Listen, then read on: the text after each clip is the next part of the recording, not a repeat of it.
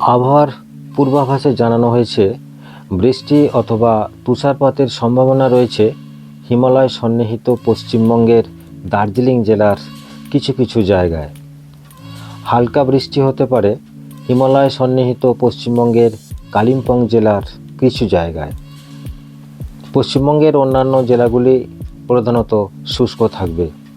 হালকা থেকে মাঝারি কুয়াশা পশ্চিমবঙ্গের দু একটি জায়গায় দেখা যাবে।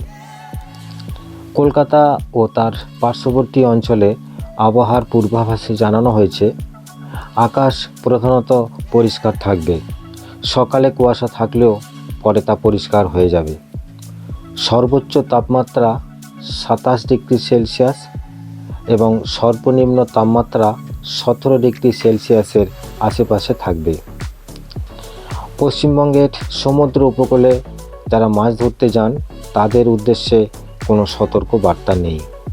প্রতিদিন আবহাওয়ার পূর্বাভাস জানার জন্য সঙ্গে থাকবেন।